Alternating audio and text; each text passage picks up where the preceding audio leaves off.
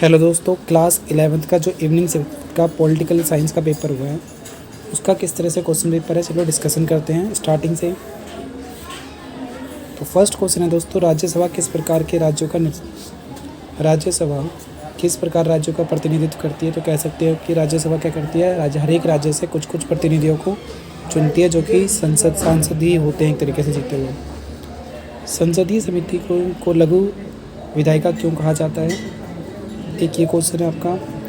दल बदल क्या है, इस पर नियंत्रण लगाने के लिए भारतीय संविधान में कौन सा संविधान संशोधन किया गया है। दल बदल का मतलब होता है दोस्तों कि जब एक पार्टी के जो सदस्य होते हैं वो इलेक्शन के टाइम पे क्या करते हैं, अपने फ़ायदे को देखते हुए वो किसी और पार्टी को ज्वाइन कर लेते हैं, इसे कहते हैं दल बदल कानून।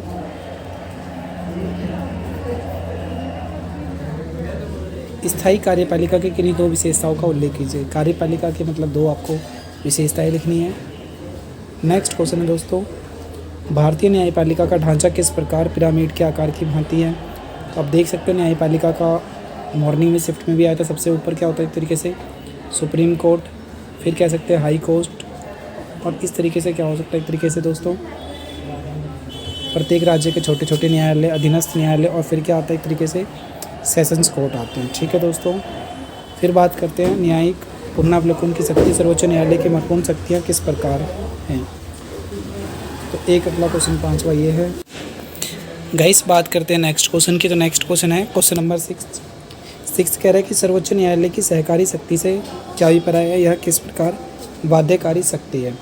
तो सर्वोच्च न्यायालय की जो सलाहकारी समिति होती है एक तरीके से सलाहकारी जो शक्तियाँ होती है, मॉर्निंग शिफ्ट में भी आया था, जो एक तरीके से सलाह देती है वो क्या करती है एक तरीके से बाध्यकारी शक्ति के रूप में भी हो सकती है।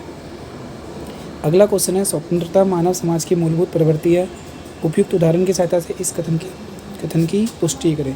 तो स्वतंत्रता क्या एक तरीके से सभी के लिए ज़रूरी है, जैसे कि हमको वो सभी व्यक्तियों को क्या है इंडिया में वोटिंग का राइट्स है, और क्या कह सकते हो सभी को 18 साल से जैसे ऊपर होते हैं तो हम क्या कह सकते हैं इलेक्शन में खड़े हो सकते हैं।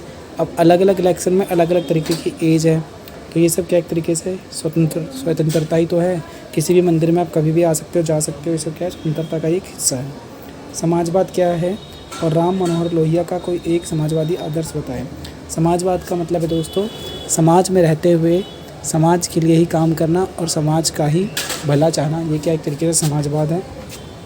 राम मनोहर लोहिया का एक हम आदर्शवादी कह सकते हैं, जिस तरीके से कि अखिलेश यादव की पार्टी जो अभी पहले वो मुलायम सिंह पार्टी की थी और उससे पहले हम बात करें दोस्तों तो ये राम मनोहर लोहिया के ही आदर्शों पर चलते थे। बात करते हैं संघात्मक और अध्यक्षात्मक कार्यपालिका के बीच किन्हीं चार अंतरों को स्पष्ट करना था। फिर 10वां क्वेश्चन है गाइस आपका, समानता की स्थापना के लिए किस प्रकार की प्रयत्न की आवश्यकता है, अपने तर्क देने थे आपको। बात करें अगले में तो ये एक चित्र है, बुक का ही चित्र है, संसद है और संसद में सब लाइन लगा के जा रहे हैं। तो उपयुक्त कार्टून क्या प्रदर्शित करता है, संसद के किस प्रकार के तौर पर कार्यपालिका को नियंत्रित करती है, संसदीय नियंत्रण के किन्हीं दो साधनों के नाम बताने हैं, एक राजनेता का नाम भी बताना है। ठीक है दोस्तों, तो आप आराम से देख सकते हो। राज्यसभा की विशेष शक्तियों का आपको वर्णन करना है। लास्ट क्वेश्चन है दोस्तों, सेकंड लास्ट क्वेश्चन 12वां क्वेश्चन है, गरिमापूर्ण जीवन हेतु स्वतंत्रता नितांत एक आवश्यक मूल्य है, यही कारण है कि खास स्थितियों में उचित ये दे रखा है। स्टुअर्ट मिल के अनुसार हानि का सिद्धांत क्या आपको ये एक्सप्लेन करना है। फिर बात करते हैं दोस्तों अभिव्यक्ति की स्वतंत्रता से आप क्या समझते हैं, आपके विचार दैनिक जीवन में। तो दोस्तों इस क्वेश्चन का आंसर भी मैंने पिछली वीडियो में डाला है, जो कि मॉर्निंग शिफ्ट में भी आया था। इसका आंसर आप वहाँ से देख सकते हो। न्याय के किन्हीं 3 सिद्धांतों को आपको एक्सप्लेन करना है, 6 नंबर का, तो ये भी आप आराम से किया होगा आपने।